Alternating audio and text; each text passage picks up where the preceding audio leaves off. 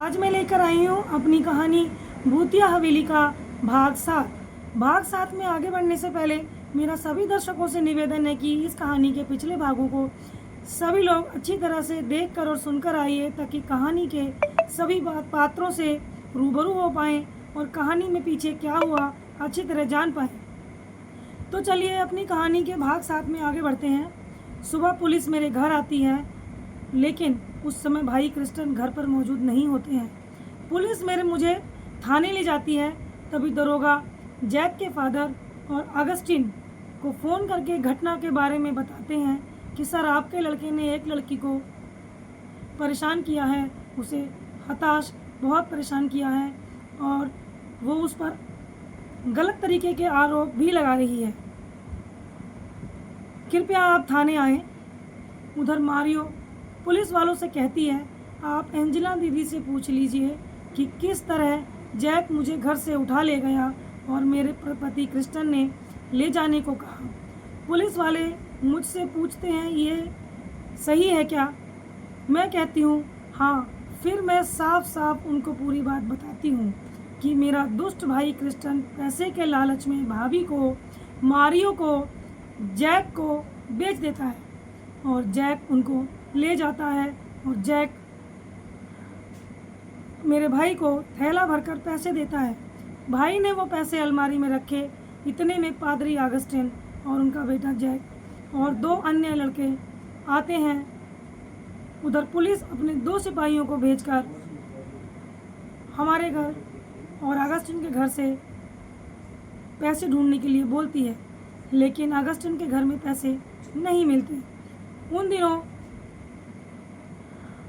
इस तरीके केस वाले अपराधियों को फांसी दी जाती थी। दरोगा पादरी अगस्टिन से कहता है, यही वो लड़की है जिसको आपके बेटे जैक ने परेशान किया, हताश किया है। यही लड़की आपके बेटे पर आरोप लगा रही है। बताएं क्या करना है? अगस्टिन अपने लड़के जैक से कहते हैं, क्या ये लड़की सही कह रही है? कल रात घर में तुम अकेले ही थे? जैक कहता है, नहीं, मैं नहीं जानता इस लड़की को, मैं पहली बार इसे देख रहा हूँ। तभी भाई सैमी और रॉकी बोल पड़ते हैं, ऐसी लड़कियाँ किसी को भी फंसा सकती हैं, ऐसी लड़कियों का कोई चरित्र नहीं होता। इतना सुनकर मारियो रोने लगती है और गॉड की कसम खाकर कहती है, जैक झूठ बोल रहा है, मेरा विश्वास करो, आप मेरी जांच करा लीजिए। दरोगा जी से कहती है। अगस्टिन कहते हैं, मुझे अपने बेटे पर पूरा भरोसा है, विश्वास है। अगर मेरा बेटा गलत बोल रहा होता है या गलत किया होता तो मैं उसे खुद फांसी दे देता। बताओ तुम्हें कितना पैसा चाहिए? अगर मेरे बेटे ने ऐसा किया भी है तो उसे माफ़ कर दो। मेरे बेटे को मारकर क्या तुम्हें तुम्हारा सम्मान वापस मिल जाएगा? इतना कहकर अगस्टिन अपने बेटे सैमी से कहते हैं, जितना रुपया मांग ले उतना मारियो को दे दो और दरोगा जी को 10 लाख रुपए दे दो और डॉक्टर को भी दे दो। और पादरी अपने लड़के और जैक को मारते हुए कहते हैं, नालायक, तू आज से घर से निकल जा। मैं तेरे किस्से सुनने से थक गया हूँ। तूने घर की इज्जत मिट्टी में मिला दी, तो दूर चला जा मेरी नज़रों से और मेरे सामने से।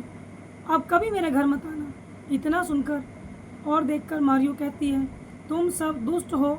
रोती हुई थाने के बाहर भाग जाती है और भाभी मारियो के पीछे मैं भी भागती हूँ। जब तक मैं उन्हें बचा पाती, भाभी मारियो ट्रक के नीचे आकर अपनी जान दे देती हैं। उनको अस्पताल ले जाती हूँ मैं, लेकिन डॉक्टर उन्हें मृत घोषित कर देते हैं। रोते हुए उनका अंतिम संस्कार करती हूँ मैं घर पहुँचकर, और अपना घर और अपने भाई को छोड़कर मैं इस झोपड़ी में आकर रहने लगती हूँ। इतना सब सुनकर कैट रोने लगती है और कहती है कि मारियो के साथ बहुत गलत हुआ है। मैं अगर यहाँ होती तो ज़रूर न्याय मिलता मारियो को। इतना कहकर कैट अपने भाई जैक को ढूंढने निकल पड़ती है। तो आज के लिए सिर्फ इतना ही।